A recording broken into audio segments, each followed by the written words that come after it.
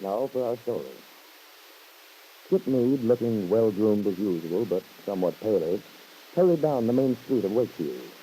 It was almost 3 o'clock in the afternoon, and she was anxious to get to the bank before it closed. As she went in, she saw one of the cashiers conferring with her uncle, David Bowman, in his little enclosure with lights. Kitt started to go past, but David had already seen her. He called, Kitt. Hello, Uncle David. Hi, Kitt. Won't you come in a minute? Well, yes, if you'll wait until I catch a check. It's almost closing time, isn't it? Yes, sir. Well, all right, then.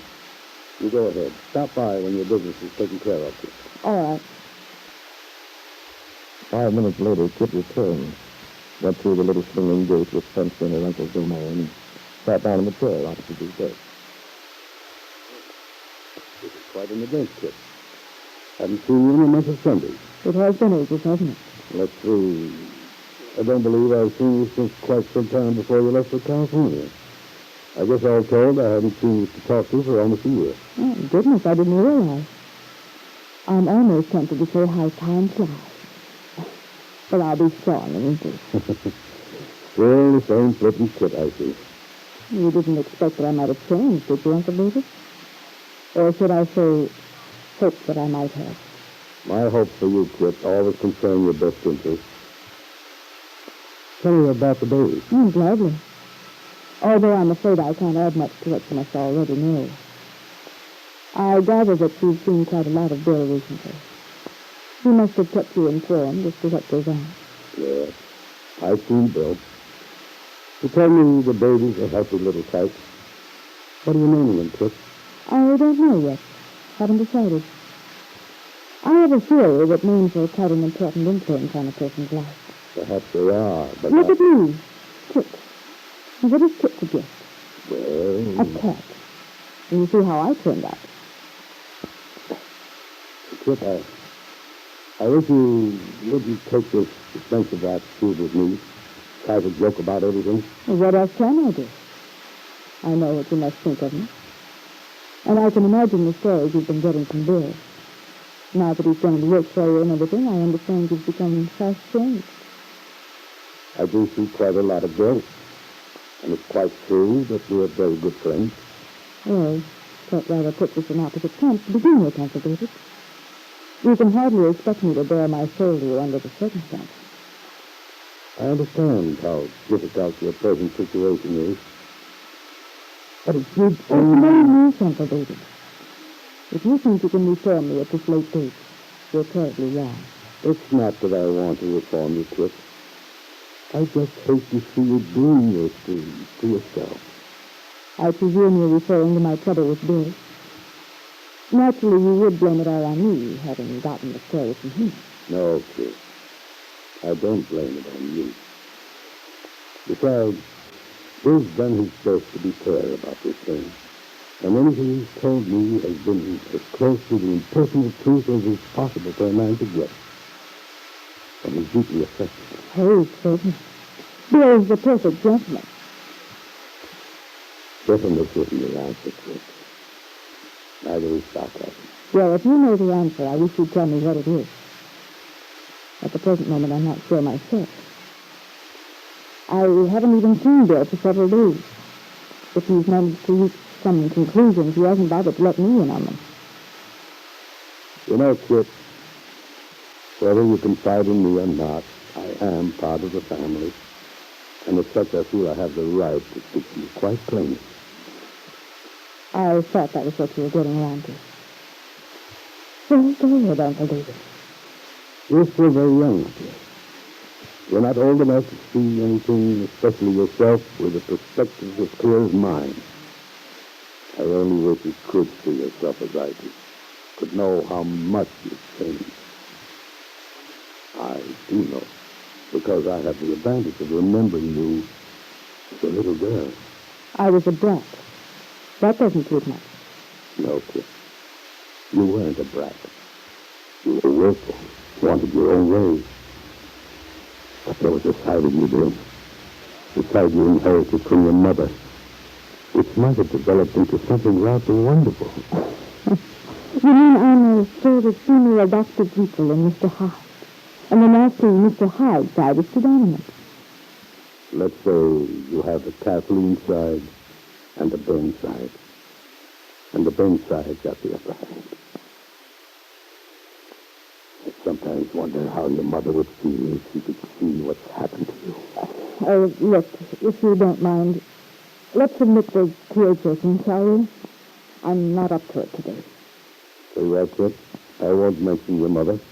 I can imagine that it does make you feel pretty low, knowing how far away you've gone from everything Kathleen believed in. I think I'd better go. This isn't getting... Kitt, wait a minute. We haven't talked for a long time, but perhaps we won't again for another long time. There's some things I feel I must tell you. If you think I'm wrong, well, at least I know that I've done the best I could. All right. It will help to clear your conscience. Kitt, are you really in love with Bill? Now, just what do you think? Well, I believe you think you are.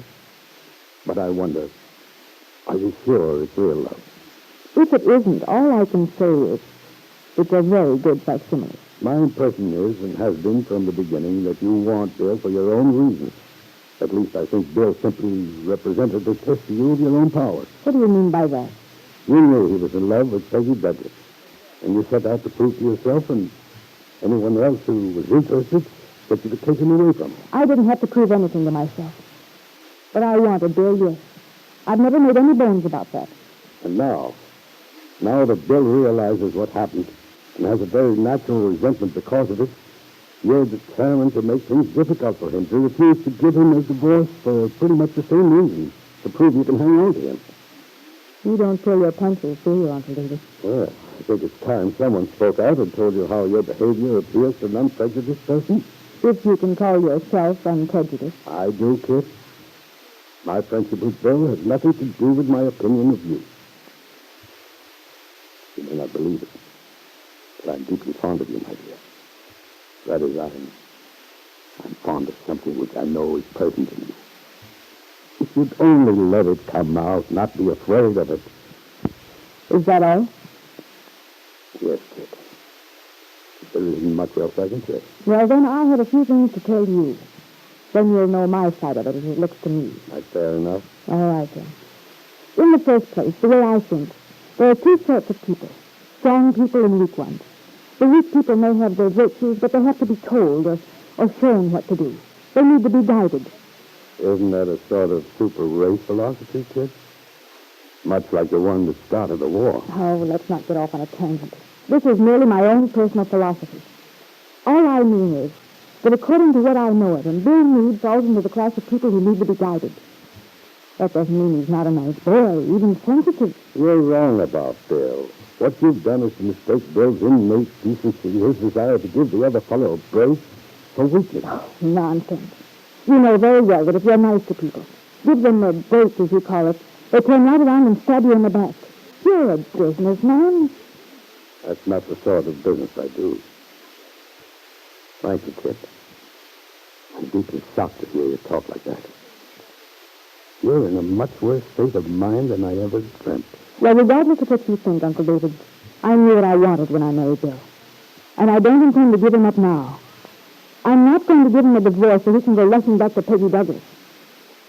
And if the fact that he has a son means nothing to us, if he insists on going through with this foolish idea about a divorce, I'll fight him every inch of the way. Kitt, how can you allow yourself to be so blind? It's only possesses jealousy.